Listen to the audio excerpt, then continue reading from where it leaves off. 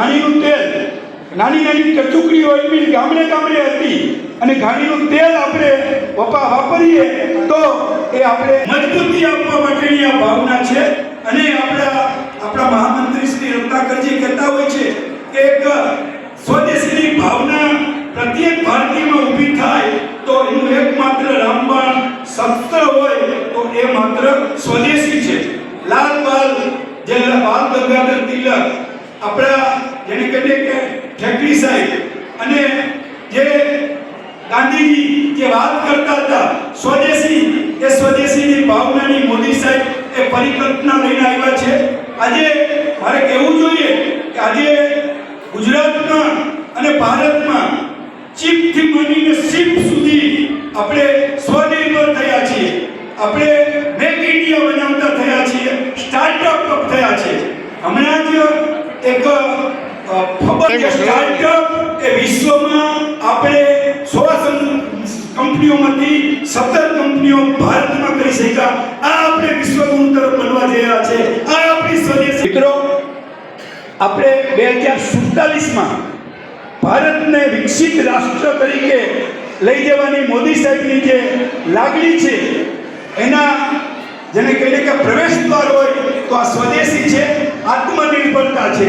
આત્મનિર્ભર ભારતને આપણે બનાવીને આપણે સૌ આપણા મોદી સાહેબના સ્વનિર્ભર અને જેને કહીએ કે વિકસિત ભારતનો જે એમનો મનસૂબો છે એને પાર પાડવા માટે આપણે આગળ વધીએ.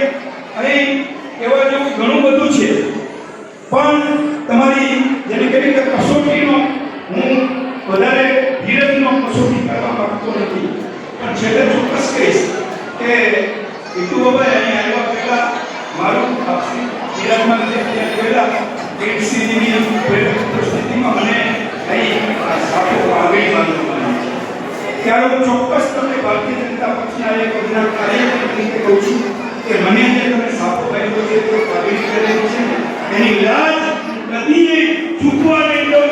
ભારતીય જનતા પક્ષને ચૂકવા નહીં દઉં. કાર્યકર્તાને જ્યાં પણ જેવી પણ જરૂરત પડે એ માટે હું હંમેશ તમારી સાથે રહીશ. મિત્રો, અહીં મને તલવાર આપી અમારા ભાઈ રાજભાઈએ તો જાણે મારો સ્વભાવ, આ રજુ સ્વભાવને તલવાર આપી તો મને જોગ જુસ્સો આપ્યો. મેં તલવાર મ્યાનમાંથી કાઢી અને કહ્યું કે જય ભવાની,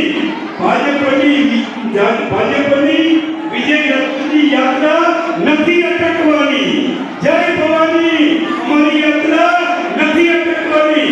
ત્યારે આવનારા દિવસોમાં આપણે સૌ સાથે મળીને આપણો જે જિલ્લા પંચાયત, તાલુકા પંચાયત, કિરીટસિંહજીએ કહ્યું કે જ્યાં જે સીટ આવે તે XYZ, જે બક્ષી પંચાલે એસટી પછી એસસી, પણ આપણું સૌનું નિશાન કમર, કમર અને કમર.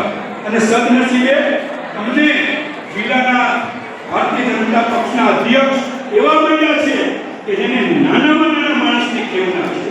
એને એવી ભાવના નથી. રાજભાઈ મને કહેતા હતા કે આ હિન્દુમાં મારો એટલે સારો એ નહીં, પણ સારો એ જ સારો, અને તમને અન્યાય નહીં થવા દે.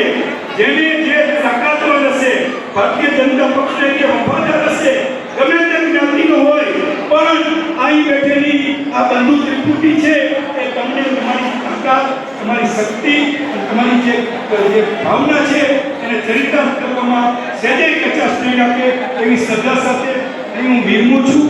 પણ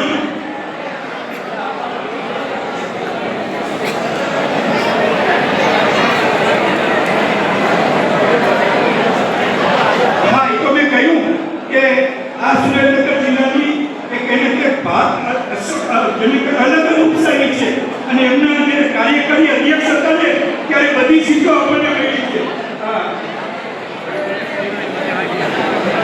અને ગૌરવ સાથે કહેવું જોઈએ કે આખા જે આપણા પ્રદેશના જે જિલ્લાના સૌને આપણો સ્વદેશી સંકલ્પ પત્રના આપણને ઊભા થઈને એમણે સ્વદેશી સંકલ્પ પત્રનો આપ સૌને શપથ લેવડાવો. મને આપ સૌને બે શબ્દો કહેવાની અને આ આગેવાનોને અને આપ સૌને મળવાની ભારતીય જનતા પક્ષે જે તક આપી એ બદલ હું મારી જાતને ભાગ્યશાળી માનું છું. અસ્તુ ભારત માતા કી જય, વંદે માતરમ.